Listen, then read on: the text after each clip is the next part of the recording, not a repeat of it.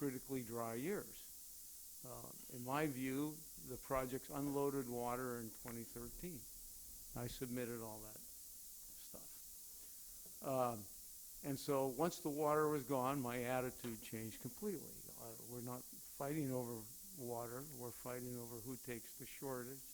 We have a crisis at hand, and I firmly believe that we should try to all work together to help address the challenge. That's a little different now. The emergency order, as I understand it, allows for 1,500 cubic feet per second of export, not limited for public health and safety. I've got a different attitude towards public health and safety. If it's just to allow these exports, I think the standards ought to be met. Now, I don't know all the detail of the fish, and there are changes in the knowledge that we have now or whatever, but the emergency process is a difficult one in order to address those really in detail. And I don't blame Tom for making the decision that he did, whether it's the right one or not. I'm not the one to judge. But if we get attacked and people are trying to put our people out of business in order to export 1,500 cubic feet per second or whatever is allowed, I think that's wrong. Now, if we're going to work together and we're going to take some beating, our beating in Delta is water quality. Whether you believe it or not, we're connected to the bay and it's connected to the ocean, and if the channel bottoms are below the low tide level, we always have water. So quantity should not be an issue. So the quality is the question. Quality is an obligation of the projects. What level? Your board has some discretion in that as to what salinity control would be. But it's clear in our view under the law that if there are exports, they must first make sure that the Delta has an adequate supply. Now, how that extends, adequate for fish, adequate for us, or whatever, but that's the requirement we see. So I'm not for aggressive action against the temporary urgency decision by Tom Howard. I recognize the difficulty we're in, and therefore I think we ought to just kind of put our shoulder to the wheel and try and figure out a good way to do it. I'm very troubled by water transfers with groundwater substitution. What's happening, the statements are made that nothing here is going to affect stored water. Well, stored water is used to meet the water right contractual obligations of both projects. And that water right, in our view, is based on the junior water rights of the project. Right. It's not the same riparian right that they were trying to address. That would be shared with us if we get into that kind of an argument. Now, whether we need it or not is a different question, because the Delta, if you recognize, is not a quantity problem. Our issue related to other water right holders is quality. And if the projects have that obligation and meet that obligation, there's no reason for us to beat up the other water right holder. But groundwater substitution in particular has a relationship to the flow in the river. Now, we talk about natural flow. Natural flow, in my opinion, involves accretions to the river, depletions from the river. When we start talking about pushing and shoving on groundwater, on water rights, I think groundwater that affects the river flow is going to be part of that fight. It has been in every other western state. Well, but the graphs that we get when you guys figure out what kind of curtailment notice you're going to send to everybody, don't take that into consideration. We don't have all the water right impacts from the pumping, and the pumpers are not part of that. They're not part of our database. Now, I'm not against the database. We're trying to give you the database. What we do with it is going to be important to us, but getting the information, we're working hard to try and get it to you. We will. So there's problems associated with how we deal with water transfers. My personal feeling is that if we fallow the land and we transfer the savings and consumptive use that comes from that keeping it free of vegetation and keeping the water table down, that's real water. I tend to think a lot of this other stuff is paper water, which does have an impact on what's stored. Now, the last point I want to make is I don't know that we ought to give no attention to power production, because I see power releases upriver. There was one that struck me, and the explanation was a little strange. I saw Keswick releasing, it looked like it was 6,000 cubic feet per second when the delta was loaded with water and we had plenty of water going out. So I inquired, and I was told that there was a problem. I inquired of the Bureau. And I was told there was a problem with the dam at Keswick, whatever it is. Now, when I looked at the data on CDEC, it only got up to like 4,900 CFS, but there was a big peak for a period of time. So how power generation may deplete storage in this crisis is one that I think needs a little bit of attention. We've assumed that it doesn't, but when it occurs when everything is loaded with water, that's coming out of storage unnecessarily. The potential is there. I don't know that it's a problem, but I worry about the general attitude that storage doesn't impact power generation from storage doesn't impact what we're doing. So anyway, that's where I am. I'm for putting the swords away, putting the shoulder to the wheel, trying to work our way through this, and I think the board's role, as I see it, you intercede where you see the conflict is tough and see if you can't get parties to kind of work it out. I know some farmers in the Delta have been talking to the San Luis Delta Mendota Authority people about fallowing some land that would make more water available. They have to keep it clean and keep the water table down in order to make it real. We're not against that. Our agencies aren't against that. We're not a part of that. But that may be some way of getting water to the people in a way that doesn't mean our water rights, which we think are sacred, have to be cast aside and criticized and beat up. So anyway, I'm here to help work it out, and positively if we can, even with Ruben, who I like to fight with. Thank you. Thank you, Mr. Novelini. Thank you, Madam Chairman, board members. John Herrick for the South Delta Water Agency. Since Dante can't divide 15 by 2, I will be as quick as I can. I too would like to compliment Mr. Howard on his presentation. It was very cogent and very, very informative and helped us understand. And I owe him an apology. I casted aspersions in my comment letter because I assumed from all the facts that I knew that the projects had to be talking to staff, and it's clear from the project's people that they just stumbled their way into this position without contacting or discussing things with the state board. So I just want to, since I publicly make bad comments about people, I should publicly apologize if I did that incorrectly. But that leads to the issue of the temporary urgency change, which Dante touched upon. I think, as you know from last year, we don't think that's the right way to do these things. This is way too complicated to handle on an urgency basis. We've done this. This is the second year of the urgency change petition. Before that, there was a letter of no enforcement, and a couple years before that, another urgency change petition. That doesn't do anything. It just gets it confusing. We heard testimony from the various experts from the projects. There are 1,000 questions that arose during that. None of them will be answered because we're not able to delve into the facts. And that leads to the problem that I tried to emphasize in my comments, which is Section 1425's requirement of due diligence.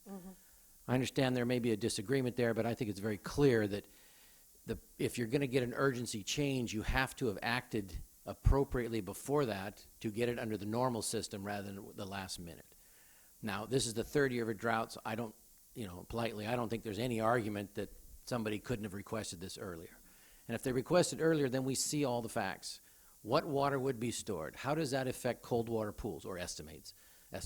All of those things are undetermined now. And without determining those, then we can't decide whether or not we have adverse impacts to other parties or to the fisheries or to the public trust. The fishery issues has been beaten to death. The Southern Delta salinity issues are extraordinarily important here. If you decrease the minimum flows of the water going into the South Delta, what happens to any flushing or movement of the salts? Moving X2 by having less outflow puts more salt in the cross Delta flow, and that goes into the South Delta. Those are big issues, especially as I referenced yesterday when we have horrible water quality in there now. So those things all have to be examined, and we can't do that just by having lawyers like me get up here and tell you something, because you don't know if that's a bald-faced lie or what. Well, or tell us at the end of the day. Yes, or today. Now, I would like to say that the temporary urgency change petition, which we did last year, it's very similar. I'm not trying to overstate that, but I think it's clear that didn't work. Now, it may have saved some water and provided some people with water, but it doesn't look like it protected those third parties, the fisheries or other people. So I don't think we should have another temporary urgency change petition. I think we should have that public input and debate so we can figure out what to do. What if the export level is 1,000 CFS, not 1,500? What if it's 2,000? What if you're adjusting something else? What if that doesn't address, all those things aren't even considered by the public because we don't know what's going on. Now, lastly, the criteria that you look at, unreasonable effects on fish and wildlife, the public interest, or adverse impacts to other parties. Mm-hmm. Those are the criteria by which a temporary change are issued. I don't believe, and a lot of people don't either, those don't mean we go back to the rule, which is the water quality control plan you developed, mm-hmm. and rebalance everything. Mm-hmm. So I think that issue needs to be addressed publicly with you, and you guys can make your decision, but it's one thing to say, we want to make sure if we make an urgency change, we don't affect other things. That's kind of the criteria there. Mm-hmm. It's another thing to say, now that it's an urgency, it's an emergency at the very end, we need to go back and balance everybody's interests. We're not balancing Lake Tahoe's interests, right? We're balancing project interests against everything else. And so if the watersheds are 2, 3, 4 million acre feet short this year of what fell in precipitation, what they use, doesn't the public interest say, what is available for export or for fish or everything? Those are the kind of things that we don't go through when we do these abbreviated processes. So anyway, I would like to have some sort of hearing on this. Dante yells at me because, you want another hearing? Waste all our time. But these are very important issues that we've got to address. And we keep saying this, we need to be able to cross-examine people so that some of this technical stuff we heard earlier, which some of it made me cringe, we can test that. Anyway, thank you very much. Sorry we went over time. No, thank you. You didn't, and thank you for waiting. I mean, one of the issues you raised in your comments, and I think Mr. Jennings and his colleagues raised in theirs, and even Mr. Manassian raised in his, is the notion of this notion that's kind of been lost today, not a critique, but it's been lost as people look at the policy calls or the discretion. And there is this underlying basis that most people who aren't in the small world of water rights don't realize, which is the process issue by which we do water rights decisions, which do traditionally have an evidentiary cross-examination base. It's not like Perry Mason, but it's a different kind of a setting, and it's challenging because you want to have a temporary urgency change order because there are all kinds of things that just come up that weren't considered in a standard setting process. And then here you have something where a lot of people in the room spent blood, sweat, tears, time. There's plenty that have been here today, some have gone. And there may be changed circumstances, Mr. Rubin said, but nonetheless, we don't get to just substitute our judgment for what our preceding board members did through this very laborious process. So the challenge becomes, what do we do in an urgency situation where we could, we're not going to redo 1641. I mean, we're working on redoing it. That's taking months and years to do, to update the science, to do all kinds of things. So in the short term, the question is, how would you be able to do something in a short form, targeted to a few issues, where we would be fulfilling our that bigger responsibility on water rights to not have an unreasonable impact on other water rights holders, as well as an unreasonable impact on fish and wildlife. And so I'm figuring out the practicalities in this very fast-moving, challenging time where nobody can be made whole, although some people seem to think that there's a choice being made and there's some big bucket of water that we have that we're choosing not to give to them, which I totally understand. I totally understand where folks are coming from, but it is very difficult because we don't have that bucket of water. In some ways, we are arguing on the margins here.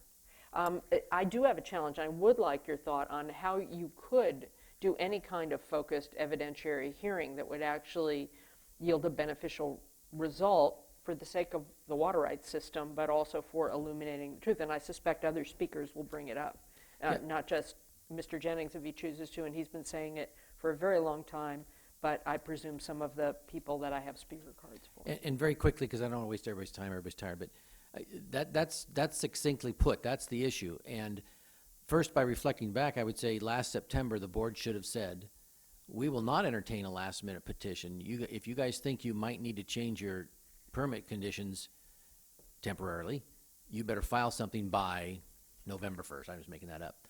Now that we're here, it's already happened, we already know that they've told us, well, we probably ask for more changes. And so rather than having 8 permutations of an urgency order, which we did last year, if they think they're going to relax the salinity standard for Vernalis or want to, that came out poorly, but if that's their proposal, tell them to file a petition within a month. And I'm not trying to make light of the practical issues of having a hearing, getting people there, submitting. I understand that, but everybody in this room knows that there will be follow-ups to this, and you can certainly write a petition that says, if it doesn't rain from here on out, this is what we propose.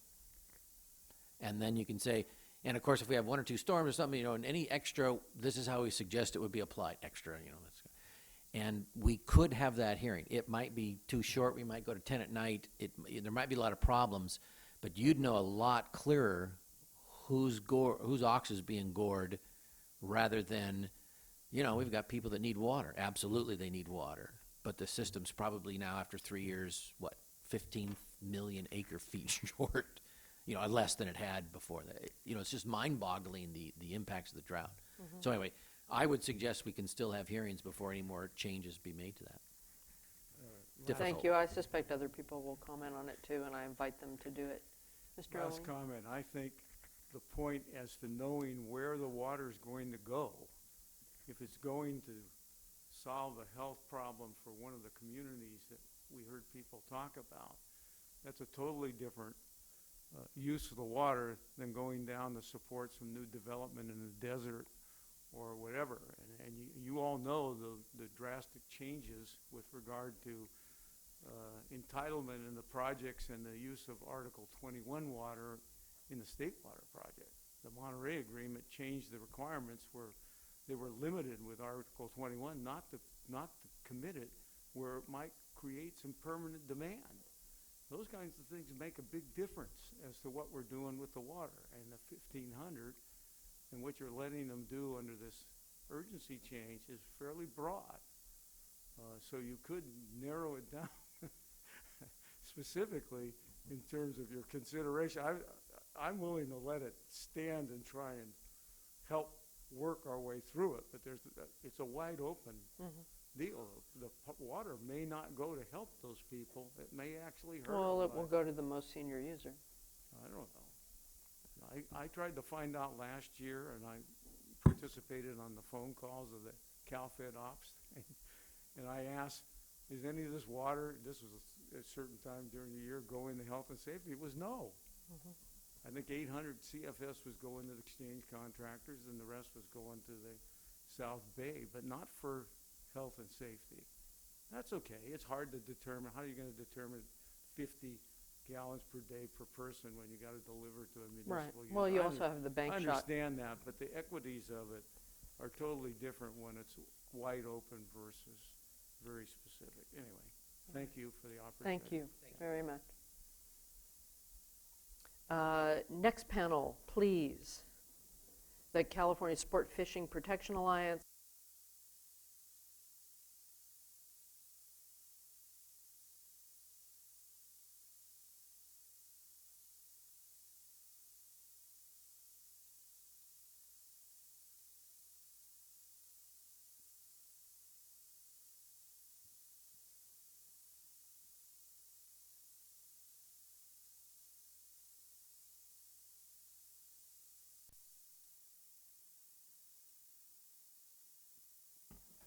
Can you see if someone can get me another battery?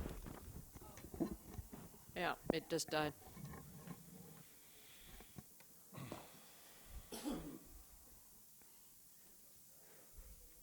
Hi, Mr. Jackson.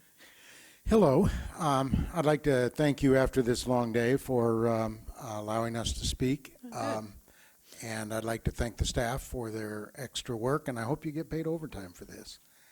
Do we pay overtime? No, I didn't think so. Overtime for everybody. Yeah. We have 6 witnesses. We tried to corral all the people who spent blood, sweat, and tears putting together comment letters. Hopefully, we will be able to go through this in somewhere near 3 minutes each. And at the end, if you have questions, they're all available. And at the end, I may sort of supply answers to some of the questions that you ask of Mr. Rubin and Mr. Herrick and Mr. Nomalini, because I think the water rights part of it is absolutely critical, and I think this testimony will explain to you why it's so critical. So we'll start with Chris Schutz.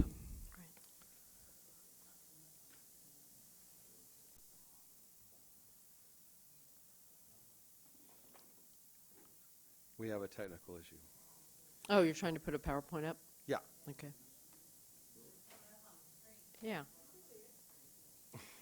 We got it, but Okay, very well. do you ever push that screen the way I push this thing? Is there something here that needs to be operated? With a clicker? Is there something that needs to be operated?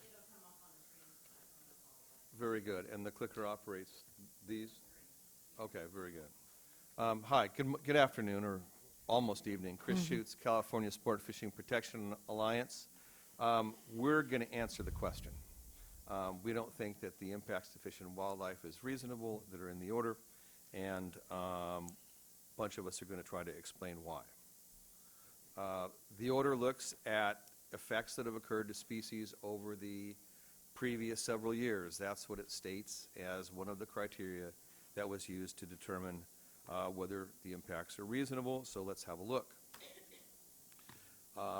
In 2013, or between 2012 and December and January of 2014, the normal operation of the projects broke the system.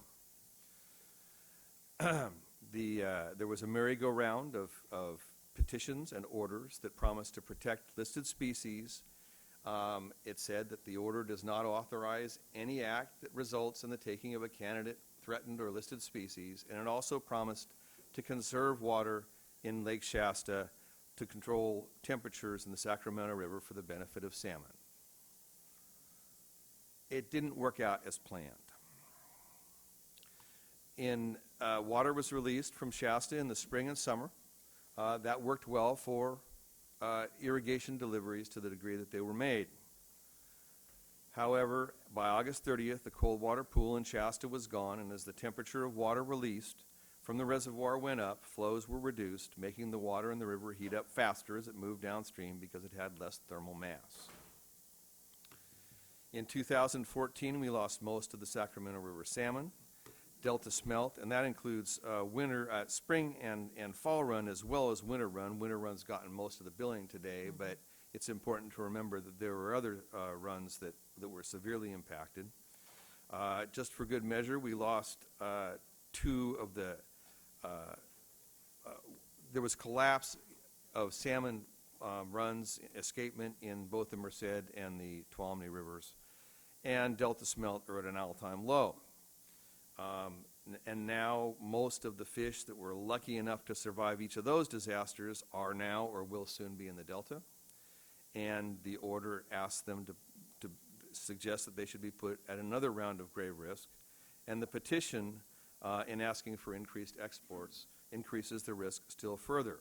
So just to be clear, and Yes. your comments were very thorough, the written ones, but just for the people listening, what you're saying is that what Mr. Howard did approve is harmful Yes, to the fish that's correct. because of the, so what you're saying In is part because more of the water fact- should be flowing in the spring to help the little guys. Correct. just We putting it have in layperson's both terms. because of the pelagic species are at risk because they're at such low population levels, historic lows, and we've had some severe impacts already to the run of fish that's trying to move out in terms of the anadromous fish, and it's not appropriate to increase the risk again, effectively putting them in what I call double jeopardy, although I don't mean jeopardy in the ESA sense, I mean in the more generic sense. We thought that transfers had been addressed or had been improved, but now we see that there's been a change in what was stated in the order, and apparently that is going to be the practice that existed last year, where basically they don't count against the baseline of impacts to delta requirements, would continue. So basically we call them phantom order, or phantom transfers. They have impacts, they're real, they do things to fish, but because they're transfers and not exports per se, they don't seem to count. As far as the fisheries agencies go, I have a lot of friends in the fish agencies, and most of them are hardworking people who want to protect fish. I'm kind of embarrassed for some of them today because the fisheries agencies folks who were up here appear to have been motivated by a political decision and did not really answer the question about whether the effects to fish was unreasonable or not. Now, it may be... You can say whatever you want, but I'm going back to my opening. I would prefer not judging anybody's intent. You can do whatever you want. It's not influential. It's a distraction. Very And well. not fair, because people do the same to you. I'm listening to everybody totally openly, and I just think that's a better way to go. Again, do whatever you want, but I'm going to stick with the admonishment I had at the beginning of the day. Okay. Stated more positively, although some of the folks suggested that they would not address whether it was reasonable or not, I don't think it's unreasonable to ask the experts to offer opinions about what the things are that should have been looked at the level that Mr. Howard looked at them in his order. And if they have different things that they thought was appropriate to focus on, then they should have mentioned and dealt with those and not simply answered the question solely on the level of ESA, which is one of the things they had to do, but which is certainly not the only thing that was appropriate for them to address. So, in sum, we don't think that the impacts that we've had so far and the conditions and the risks that are being asked, that fish are being asked to withstand in the order are reasonable. The high likelihood of mortality of salmon or smelt in the Central Delta, which some of my colleagues will go into in a little more technical detail, is not reasonable. Self-policing hasn't worked, and weakening standards that are already too weak is also not reasonable. Finally, I'm a little concerned about some of the things I've heard today, because it seems like this is just a down payment on other measures that people are going to ask for, and I'm wondering whether we're going to end up in another series of requests and continued changes. And when you're making decisions today, I don't believe you can simply look and assume that what happened last year is going to happen this year. If there's more water available, that doesn't mean that that water is going to be dedicated to winter run in the Sacramento River. It means that there are other needs that may be put before that, and we can't assume that protections are going to be the main focus. In fact, last year the lesson was they were helpful if they worked with other things, but if they didn't work out. Thanks very much. Thank you. I have a question. Yes. Help me to understand, and I don't know which slide it was, but probably maybe the third one, where you're talking about cold water pool as of August 30th. At that point, pretty much cold water pool, you were saying, was shot. Yeah, the water temperatures started going up. So here's what I don't understand. It's my understanding that the releases were really driven, even though the Sac Valley Exchange or the settlement contractors were able to pick up the water, you know, this whole notion of water doing double or triple duty. It's my understanding that when they picked up those deliveries, the primary purpose was for cold water releases, or not just cold water releases, but also pulse flows. So are you saying that we should have, or the project should have held back on those releases?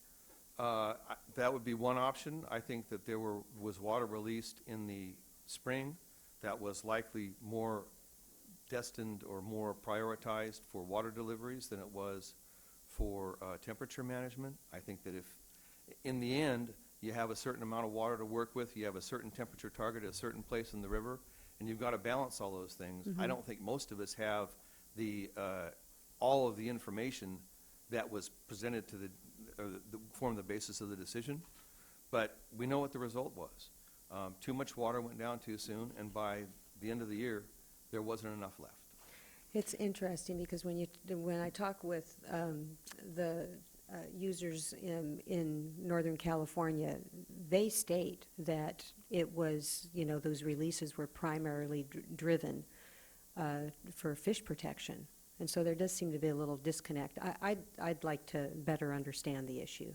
Yeah, that's why I think the hindsight report is important, and I would have liked more discussion today. I know everybody can't be ready for everything today about what the plans would be to not have it happen again if, in fact, part of the reasoning for asking for Tom to, and then us, to conserve water now and not have flows that the fish that are there now would normally need, that the smolts would need, is a life cycle issue in addition to salinity control. I think it is fair to ask that if water is conserved for that, that it is conserved for that. But I also had heard that it was hotter than anybody predicted, and so, you know, it's just hard, it's hard to know. Right. All valid points. And there's also the issue of you've already exposed these fish that survived to a certain level of risk. You're asking them to survive yet another level of risk. Right, which I think is what Mr. Howard said in his order. Why? So the next witness will be Tom Stokely to talk about how the Trinity River and its needs in terms of fisheries and water rights are handled by the board in this order. Madam Chair, members of the board, thank you very much for the opportunity to comment. It was really some heart-wrenching testimony that we heard earlier, and you're in a tight spot, and I don't envy you your position.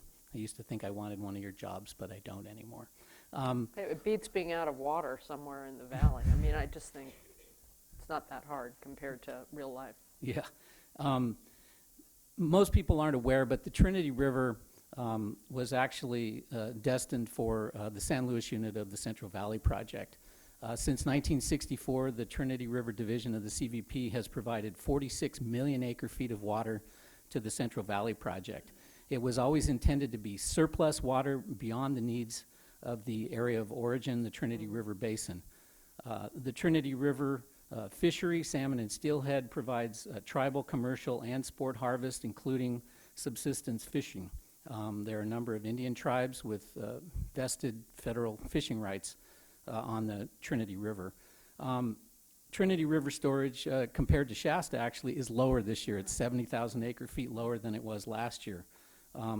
While most of the salmon were killed on the Sacramento River last year, what we kept hearing from the Bureau of Reclamation was that they couldn't put more water down the Trinity River to prevent a disease outbreak because they needed the water, the cold water from the Trinity River to protect salmon in the Sacramento River. So anything that affects salmon in the Sacramento River, particularly winter run, adversely affects the Trinity River as well, because it becomes an excuse to send water over the hill to the Sacramento River instead of down the Trinity or left in storage for cold water purposes. This year, we could very well see a massive fish kill on the Trinity River and the lower Klamath River due to Trinity Reservoir reaching dead pool or close to it through exhaustion of the cold water pool. Despite the Trinity record of decision, there is no limit on the amount of Trinity River water that can be exported to the Central Valley Project. So essentially what we have is a decision by Interior Secretary Bruce Babbitt that put nearly 600,000 acre-feet down the Trinity River annually, but it did not limit the amount of water that could be exported. At some point, we're going to end up with the bank account exhausted. It may be this year. In order to protect the Trinity River, there need to be some changes in the Bureau of Reclamation's 8 water permits for the Trinity River. Currently, the minimum in-stream flow is 120,000 acre-feet a year.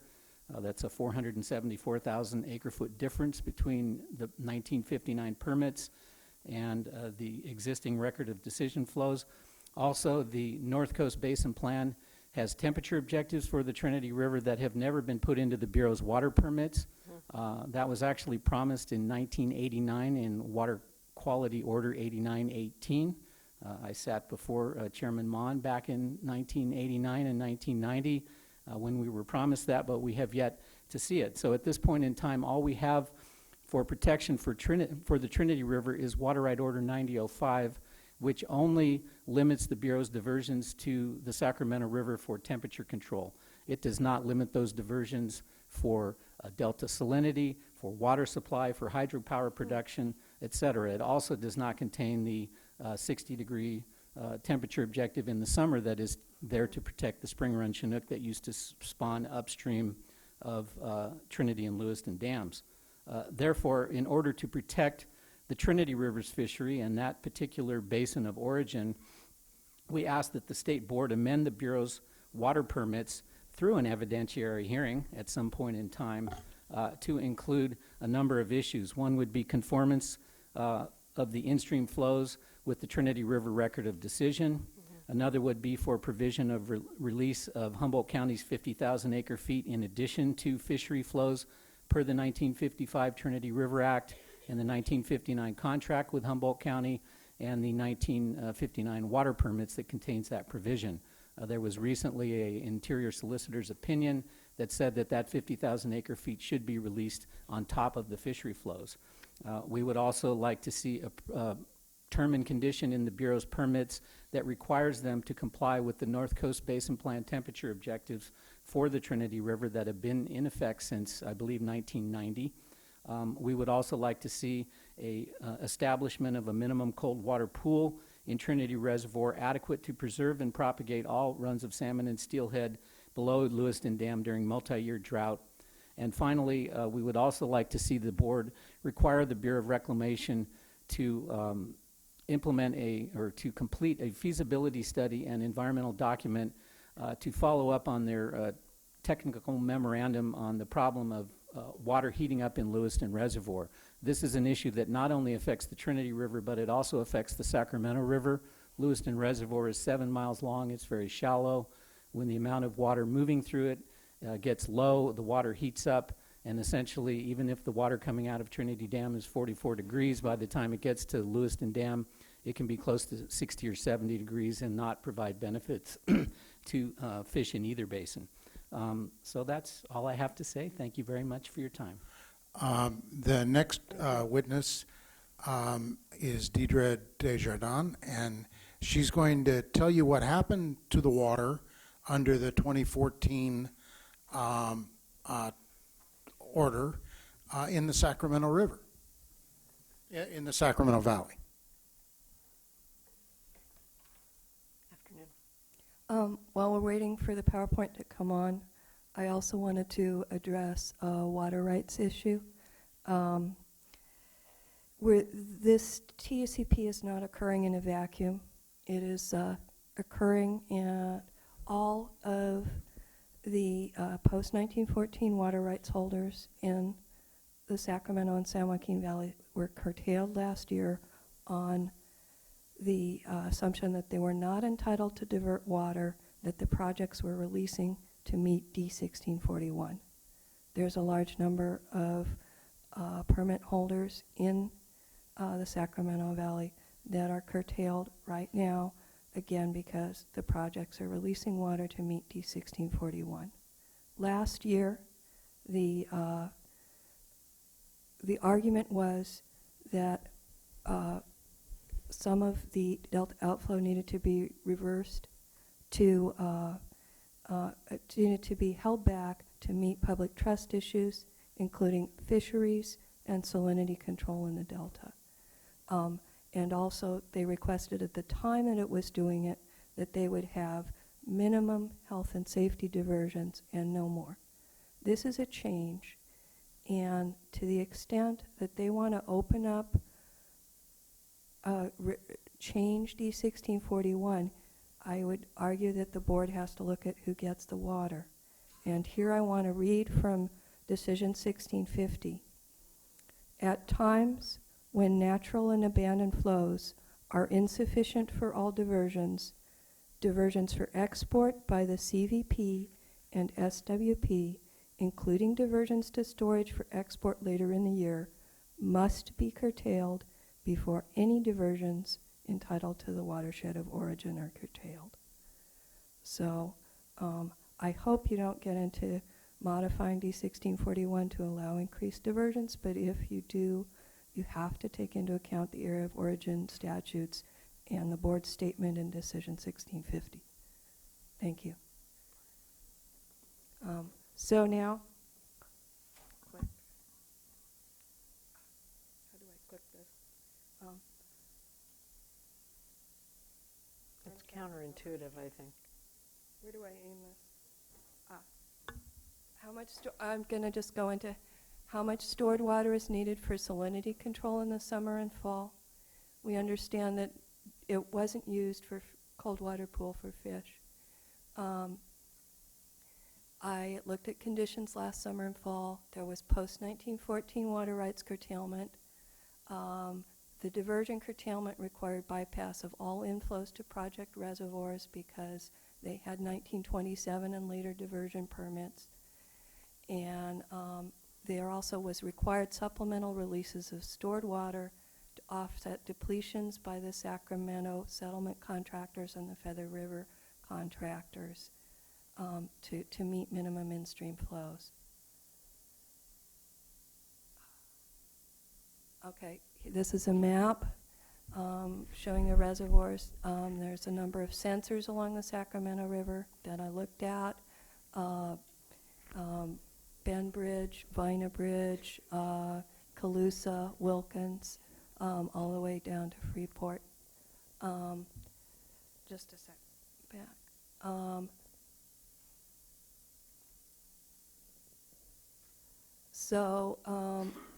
This is the sorry, back. So I'm missing a slide. So it is in my thing. So basically, if you add up the bypasses at Folsom and the in-stream and natural flows at, you get, and the required releases at Yuba River, Marysville, below 1,000 CFS below Oroville, 3250 CFS, you get quite a lot of in-stream and natural flow at Freeport. I didn't carry the analysis to the San Joaquin River and the east side streams, but I just used it and assumed that that was in-stream flows And available. the numbers come from where? They come from the minimum required in-stream flows. Wilkins Slough has 3250 CFS. There's 1,000 to 1,200 CFS at Oroville. I apologize that I had slides somehow got deleted.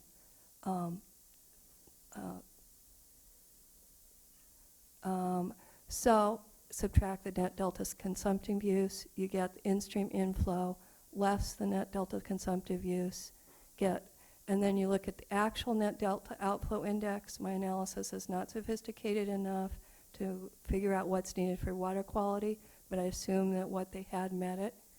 So on average, I looked at how much supplemental water you needed for delta outflow, and most months you didn't need to supplement any. If you just released enough water to meet the depletions by your upstream contractors, then you didn't. The main exceptions were June and July. June required a lot of water, but still the CVP share was 1,500 CFS. State Water Project share was only 500 CFS. It was lower in July. totally understanding. So it's when you say required water for delta outflow, are you referring to what's required under 1641 Basically, or for what I salinity control? assumed, I just looked at the actual delta outflow. And so I assumed that the projects were releasing, so I took how much water they had remaining, and then looked at what the actual delta outflow was, and looked at how much water, extra water they had to supply. So it's just assuming that the projects were meeting the standards by the outflow that they actually had. It's a different analysis to look at minimum standards. What I found was these were sometimes over the standard, and I assume that was because there were problems with salinity intrusion. But there really wasn't much water required. There wasn't much water used. So the question is, here's another, sorry. So this is how much water I get when I convert it to acre feet. The total supplemental water required, and this is in my submittal, is 220,000 acre feet for the entire period, May to November. That's not a lot, especially when you consider what's being stored under the curtailment order. And I think the board needs to question where that water went. I did look at flows. This is Keswick releases over the period of curtailment. I show the stored water released, the bypass flow I got by looking at actual inflow to the reservoir, and assumed that that was what was passed on. As you can see, even in the depths of the worst drought, there's a fairly substantial bypass flow all summer. But it gets depleted as it goes downstream. This is starting at Bend Bridge. There's some depleted when you go to Vina. That's by the Tehama-Calusa Canal. There's the flow at Ord Ferry. The primary user between Vina and Ord Ferry is Glencalusa. You can see it getting down to Wilkins Slough. These are just depletions north of Wilkins Slough, but it's very substantial, and this is the depletions in acre feet. You can see they're highest in the summer when the rice farmers are irrigating. I look at, there's net inflow at Bend Bridge.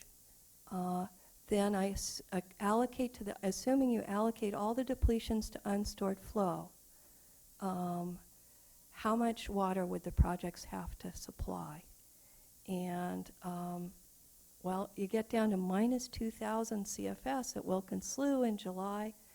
They're having to supply a lot of water to make up for those depletions, to get it to the minimum of 3,250.